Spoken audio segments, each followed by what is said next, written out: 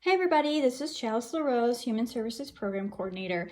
Today I'm going to be showing you my great-great-grandmother's recipe of slippery pot pie. You may have heard of it. Some people make it with different, you see we have a chuck roast, but you may have had it with chicken or ham.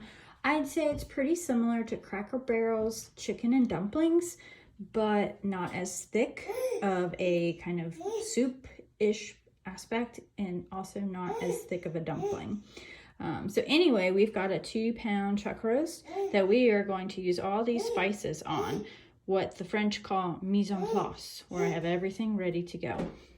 So I'm just gonna shake, shake, shake all over. And then what I'm gonna do after this is kind of eyeball, we don't really measure anything.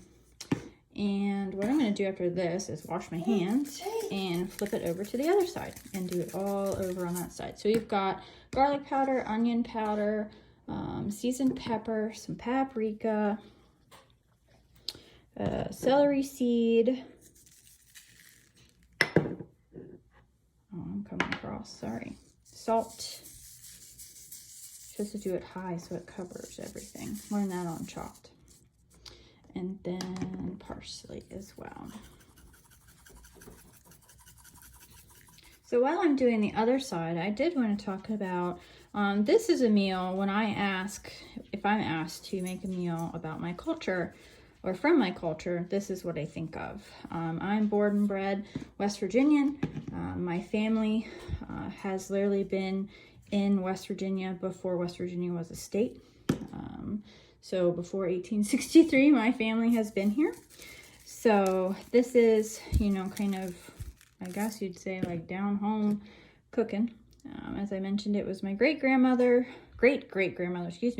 and it kind of passed down from there. So I'm hoping to also show this recipe to my children, and I'm happy to be sharing it with you as well. What I did forget to mention while we are getting our beef ready to put in our pot, I do have the oven set at 350. All right, now I've got the beef in the pot. This is a nice big roasting pot. It's got a nice big lid.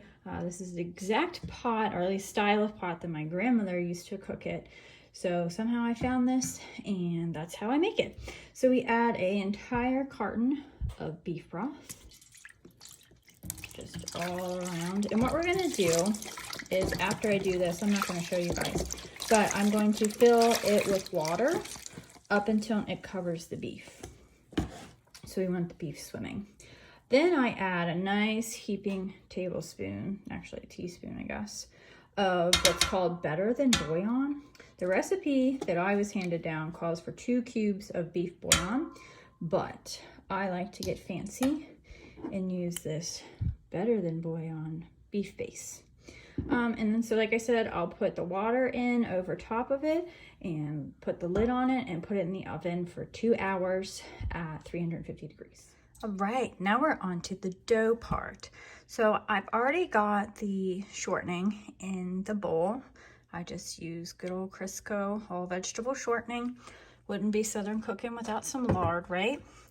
And then the recipe calls for about a tablespoon of the shortening, a cup of flour, and then about 1/4 cup of water. I try and eyeball the water part until the dough is at the consistency that I want. So I will just add all the cups of flour and the water and show you guys what that looks like. So now you can see I have floured my surface, clean surface, and pulled some of the dough out. This is what it looks like when it's done. And I am now going to roll it out to be pretty thin. Probably, gosh, not even a 1/2 inch thin, maybe 1/4 inch thin. And then I'll show you guys what we do next. So for this part, we are going to now cut our dough, and we're going to repeat this as much as we need to. I probably do it about 4 or 5 little balls at a time, just to make it manageable. And I find it easiest to use a pizza cutter, because we can just cut all the way across. That one's a little wide, but it's okay. And then it's a little hard when it's kind of oblong, but cut squares. Some of these will be a little small, Obviously, the more uniform they are, the more that they cook evenly. And yeah, so we've got our squares, and I'm going to continue to do that with all the rest of this. So here's our next step. I've taken the beef out. I will wrap it with some foil just so it stays warm. And now we're going to bring this to a boil, but while I'm waiting for that, I go ahead and put all of the little pieces of dough in, and I recommend laying them in one at a time. You can hear it starting to try to boil, so they don't stick together. And then after I do that with all of the pieces I've cut, I'm going to stir it up one good time, make sure it's at the right temperature to cook, and put a lid on it. I'm just kind of let it do its thing. I'm going to take the lid off, stir it every once in a while so it doesn't stick. One thing I forgot to mention, while you're waiting for your beef to finish, I usually start making the dough about when the beef's got about 30 minutes left. We don't want to make the dough too far in advance because it can dry out, and then that doesn't result in some good little slippery pot pie. All right, folks, and there you have it, slippery pot pie. I will also add that there's not a whole lot of salt in the recipe, so if you find it to be lacking salt, you can add it after. You can also add it to the broth while the slippery pot pie is cooking, but you know, with salt you can add it, but you can't take it away, so just be cautious with that. My husband likes to eat it with the beef. I just like the noodles, so you can also add a nice slice of beef to your noodles as well. I hope you guys enjoy. Thanks for watching.